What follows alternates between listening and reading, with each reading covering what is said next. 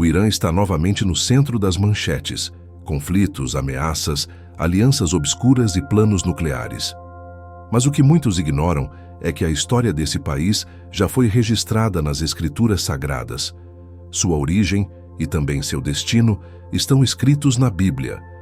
De Gênesis ao Apocalipse, o Irã é mencionado, mas com seu nome ancestral, Pérsia. A Bíblia não apenas descreve como essa nação surgiu, mas também revela seu papel final em uma das profecias mais enigmáticas e temidas, a Batalha de Gog e Magog, uma aliança que se voltará contra Israel nos últimos dias. No entanto, antes de se tornar uma ameaça escatológica, a Pérsia foi usada por Deus como instrumento de libertação para seu povo, permitindo a reconstrução do templo e o cumprimento das profecias de Daniel. Fique até o final deste vídeo, pois hoje você vai entender algo que poucos ousam ensinar: o verdadeiro papel do Irã no plano divino, desde os primórdios até o tempo do fim. Está pronto para descobrir como uma nação que hoje desafia o mundo está apenas cumprindo o que foi escrito há mais de 2.500 anos? Tudo começa no livro de Gênesis. Após o dilúvio, Deus oferece à humanidade um novo começo. Noé e seus 3 filhos, Sem, Cã e Jafé, tornam-se os ancestrais das futuras civilizações. Em Gênesis 10, encontramos a genealogia dos povos, onde surgem os antepassados da futura Pérsia, Madai e Elão. Madai, descendente de Jafé, deu origem aos Medos, um povo montanhês do norte da região que hoje chamamos Irã. Já Elão, filho de Sem, foi o patriarca dos Elamitas, que se estabeleceram nas férteis terras ao sul, próximas ao Golfo Pérsico. Em Gênesis 14, vemos Elão envolvido na Primeira Guerra Internacional da Bíblia. Quedorlaomer, rei dos Elamitas, lidera uma coalizão que invade Canaã e captura Ló, sobrinho de Abraão.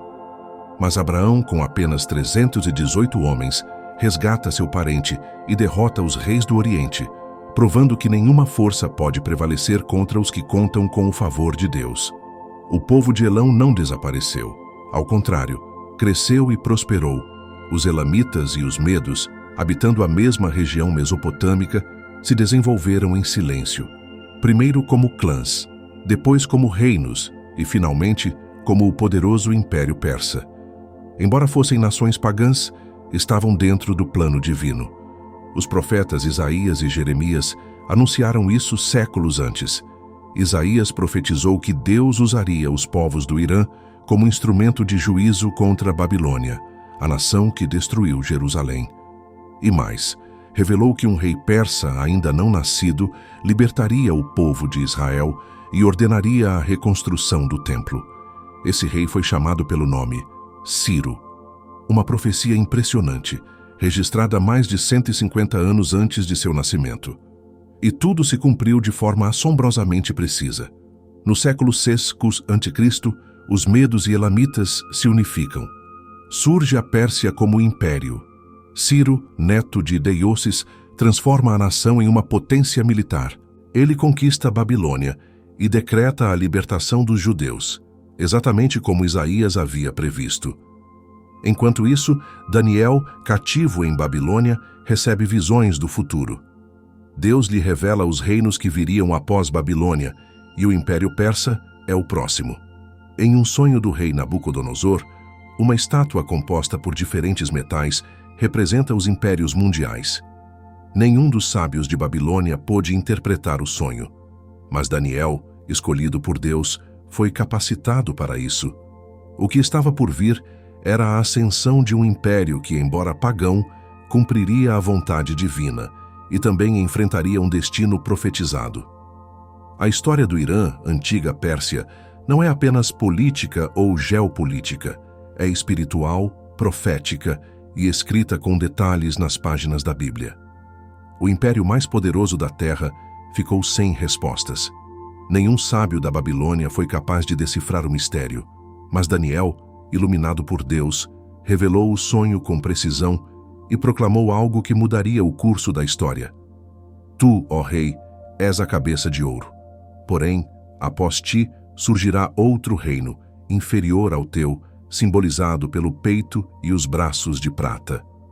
Essa parte da estátua não representava uma única nação, mas sim duas forças unidas, dois braços em um mesmo corpo, os medos e os persas. Mas entre eles, o braço da Pérsia se tornaria dominante, tomando o controle com mais força. A profecia era clara. Babilônia cairia e um novo império surgiria, escolhido por Deus. Mas o Senhor revelou ainda mais a Daniel. Em outra visão, ele viu 4 feras emergindo das profundezas, e a segunda era um urso colossal, erguido de um lado, com 3 costelas entre os dentes. Uma voz do alto bradou: "Levanta-te e devora muita carne." Esse urso simbolizava o império que viria depois da Babilônia, a união de Média e Pérsia. Erguido de um lado, porque Pérsia dominaria. As 3 costelas, 3 conquistas temidas: Lídia, Babilônia e Egito. Uma após a outra, absorvidas por sua marcha implacável. Essa visão se cumpriu de forma assustadoramente exata. Ciro, o rei jovem da Pérsia, conquistou Média, unificou os reinos e fundou o Império Medo-Persa, a maior potência de seu tempo. Até que, finalmente, seus olhos se voltaram para a Babilônia. Mas essa conquista seria diferente. Na noite do ataque, o rei Belsazar, neto de Nabucodonosor, fazia uma festa para 1000 nobres. Em meio à arrogância, cometeu um sacrilégio. Mandou trazer os utensílios sagrados roubados do templo de Jerusalém e brindou com eles aos falsos deuses. De repente, uma mão invisível escreveu palavras misteriosas na parede do palácio: Mene, Mene, Tekel, Parsim. O rei ficou em pânico. Ninguém sabia o significado, até que Daniel foi chamado. Ele interpretou: Deus contou os teus dias e deu fim ao teu reino. Ele será entregue aos medos e persas. E enquanto a sentença era dita, o juízo já acontecia. Ciro desviou o rio Eufrates. Seus soldados entraram silenciosamente pelos canais secos. As portas da cidade estavam destrancadas. O próprio Deus as havia aberto. Nessa mesma noite, Belsazar foi morto. Babilônia caiu e a Pérsia assumiu o trono. Os judeus, que choraram por 70 anos em exílio, viram o impossível acontecer. Um rei pagão decretava sua libertação. Mas não foi só isso. Ciro financiou a reconstrução do templo e enviou líderes com respaldo oficial: Zorobabel, da linhagem de Davi, e Josué, o sumo sacerdote. Pela primeira vez, uma nação não destruiu Israel, a restaurou. Tudo como Isaías havia profetizado 150 anos antes. Com o tempo, a Pérsia cresceu ainda mais. Sob o governo do rei Assuero, o império mais poderoso da terra se instalou na cidade de Suzã, no sudoeste do Irã. E ali, Deus realizou um de seus maiores milagres. Uma jovem mulher salvaria uma nação inteira. O rei, em meio a festas luxuosas, ordenou que a rainha Vasti fosse exibida, e ao ser desobedecido, a destituiu. Seus conselheiros sugeriram escolher uma nova rainha entre as moças virgens do império. Entre elas estava Hadassa, órfã judia criada por seu primo Mardoqueu. No palácio, ela recebeu um novo nome, Ester. Sem saber que era judia, o rei a escolheu como sua nova rainha. Mas nas sombras, um inimigo surgia. Amã, descendente dos amalequitas, foi elevado a segundo no comando e, cheio de ódio, planejou exterminar todo o povo judeu.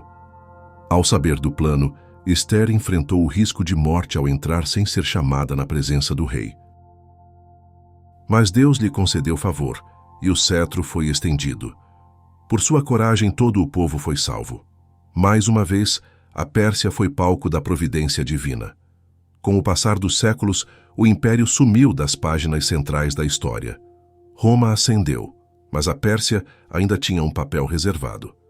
No Evangelho de Mateus, lemos sobre os magos do Oriente, sábios que viram a estrela e viajaram para adorar o rei dos judeus. Embora a Bíblia não diga diretamente de onde vieram, tudo aponta para a antiga região do Império Medo-Persa, hoje Irã. Esses magos talvez estudassem as profecias de Daniel, que viveu e profetizou ali. Sabiam que o tempo do Messias havia chegado, Mas a história não termina em Belém. A Bíblia diz que a Pérsia terá participação no fim dos tempos. No livro de Ezequiel, capítulo 38, Deus revela uma visão temível, a guerra de Gog e Magog. Uma aliança de nações se levantará contra Israel, e entre elas está a Pérsia.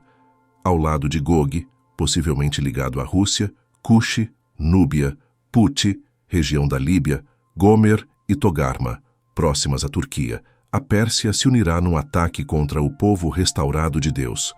Mas Deus intervirá de forma direta. Haverá terremotos, fogo, caos entre os exércitos, e o nome do Senhor será glorificado. O julgamento será severo, Gog será destruído. E Pérsia, como parte da coalizão, também enfrentará a justiça divina. Contudo, a Bíblia sugere algo surpreendente.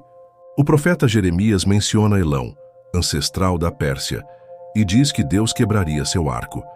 Mas também afirma: nos últimos dias farei voltar os cativos de Elão. Uma promessa de restauração. Em Zacarias 14, vemos que as nações sobreviventes do juízo voltarão a Jerusalém para adorar o rei. Talvez entre elas esteja o Irã, redimido mais uma vez. A trajetória da Pérsia na Bíblia é a própria jornada da humanidade, criada, caída, redimida, julgada e restaurada. O fim do Irã, segundo as Escrituras, é um alerta aos que desafiam Deus, mas também uma esperança para os que se arrependem. No fim, todos os povos subirão a Jerusalém para adorar o Senhor dos Exércitos. O ciclo se fecha: criação, redenção, queda, juízo e restauração eterna. Desde os dias de Noé até o Apocalipse, a Pérsia sempre esteve presente. Quando o Messias nasceu, foram os sábios do Oriente os primeiros a reconhecê-lo. E nos dias finais, ela retornará à cena profética. A pergunta agora é: você acredita que o Irã está hoje cumprindo seu papel profético? Vivemos tempos em que as profecias se cumprem silenciosamente, diante de nossos olhos. Em que parte dessa história estamos? Você vê os sinais nos noticiários? Escreva nos comentários. Se quiser que continuemos explorando as conexões entre eventos atuais e as profecias bíblicas, curta e compartilhe este vídeo. Que Deus te abençoe.